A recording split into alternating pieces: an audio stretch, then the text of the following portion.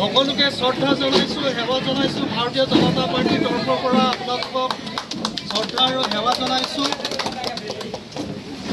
বিকশিত ভাৰত আৰু অগ্ৰগামী অসমৰ উন্নয়নৰ পক্ষ ৰাংখি তৰফ আমাৰ এই লখিমপুৰ বিধানসভা সমষ্টিৰ সন্মানীয় বিধায়ক মানৱ ডেকা ডাঙৰীয়া, ৭৪ নং ৰঙানদী বিধানসভা সমষ্টিৰ ৰাইজৰ সেৱক, সমাজ সেৱক, আমাৰ সন্মানীয় ভাৰতীয় জনতা পাৰ্টীৰ টিকেট প্ৰাপ্তি সকলোৱে মৰমৰ আৰু শ্ৰদ্ধাৰ ঋষিৰাজ হাজৰিকা ডাঙৰীয়া, ৰাজেন কাৰ্কি,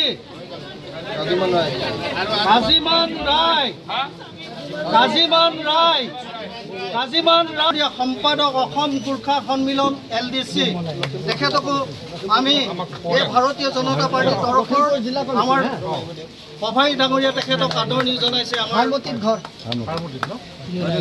ইয়াৰ পাছতে বাসু উপাধ্যায় ডাঙৰীয়াক আমি আমাৰ সন্মানীয় ঋষিৰাজ হাজৰিকা ডাঙৰীয়া ভাইচ প্ৰেছিডেণ্ট অসম গোৰ্খা সন্মিলন, আমাৰ সভাপতি এয়া পাপু হাজৰিকা ডাঙৰীয়া তেখেতক আমাৰ দললৈ আদৰণি জনাইছে। আমি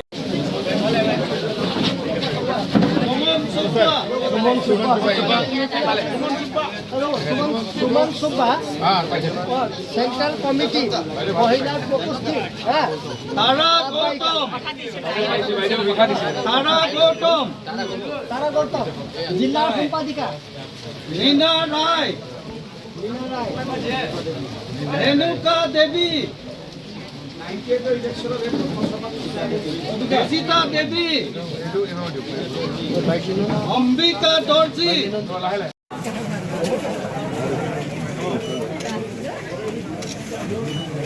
আমাৰ সকলোকে জনতা পাৰ্টিৰ লগত আজি ভাৰতীয় জনতা পাৰ্টিত আমাৰ শিঙৰা মণ্ডলৰ সন্মানীয় সভাপতি পাপু হাজৰিকাৰ উপস্থিতিত আজি আমাৰ সন্মানীয় শ্ৰদ্ধাৰ লখিমপুৰ বিধানসভা সমষ্টিৰ বিধায়ক মানৱ ডেকা ডাঙৰীয়াৰ আজি উপস্থিতিত আজি আমাৰ ফুলবাৰীকে আৰম্ভ কৰি বিভিন্ন পঞ্চায়তৰ আজি আমাৰ যথেষ্ট সংখ্যক গোৰ্খা সম্প্ৰদায়ৰ আমাৰ আজি আই মাতৃ আৰু বিভিন্ন জাতি জনগোষ্ঠীৰ লোকে আজি যোগদান কৰে। আমাৰ আপুনি অসম জাতীয় পৰিষদৰ বিভিন্নজনে আজি যোগদান কৰিছে।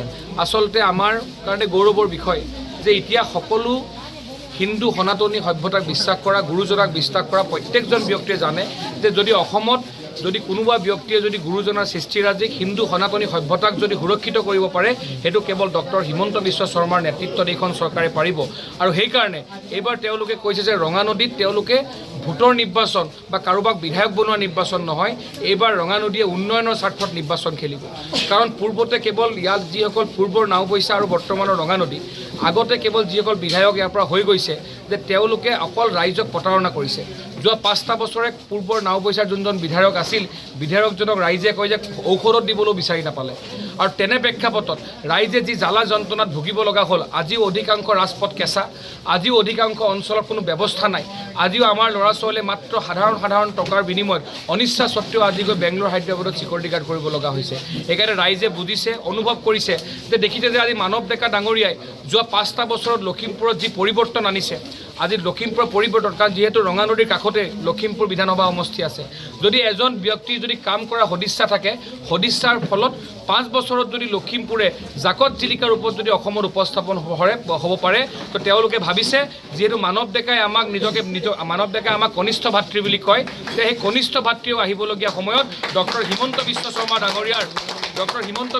ডাঙৰীয়াৰ নেতৃত্বত আশীৰ্বাদত ৰঙানদীও অসমৰ মানচিত্ৰত জাকত জিলিকাৰ ৰূপত উপস্থাপন হ'ব বুলি ৰাইজে অনুভৱ কৰি আজি আমাৰ পদ্মদাকে আৰম্ভ কৰি পদ্ম শৰ্মাকে আৰম্ভ কৰি বিভিন্ন জ্যেষ্ঠ ব্যক্তিয়ে আজি আহি আমাৰ যোৱাকালি আমাৰ ঐচ্যুত কৃষ্ণ হাজৰিকা ডাঙৰীয়া আমাৰ লগত যোগদান হৈছে। তো মই ভাবিছোঁ এই আৰম্ভণি আমাৰতো আজি আমাৰ ওচৰত এখন তালিকা আহিছে যে অহা 2-3 দিনৰ ভিতৰত 4টা দিনৰ ভিতৰত প্ৰায় 4,000ৰ অধিক বিভিন্ন দল সংগঠনৰ লোকে আমাৰ লগত যোগাযোগ কৰি আছে। আমি সকলোৱে মিলি আমাৰ ইয়াৰ উদ্দেশ্য মই বাৰম্বাৰ কৈছোঁ যে ৰঙানদীত কাৰোবাক ৰজা বনোৱা, কাৰোবাক বিধায়ক বনোৱা আমাৰ উদ্দেশ্য নহয়। আমাৰ উদ্দেশ্য হৈছে ৰঙানদীৰ উন্নয়ন।